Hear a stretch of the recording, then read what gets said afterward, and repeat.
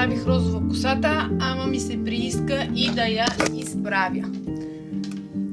Ето по този начин оформям косата си, за да стои леко навътре, но слава Богу, че имам тези капсули за коса, защото ако нямаше тях, косата ми щеше да бъде изгоряла и много изтощена. Ето така изглеждат капсулките, а една капсулка е достатъчна за 2 пъти употреба.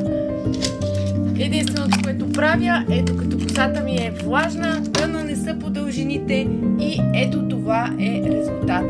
Тази капсулка има и термозащита в себе си, и подхранващи вещества, и заглаждане, и ламиниране.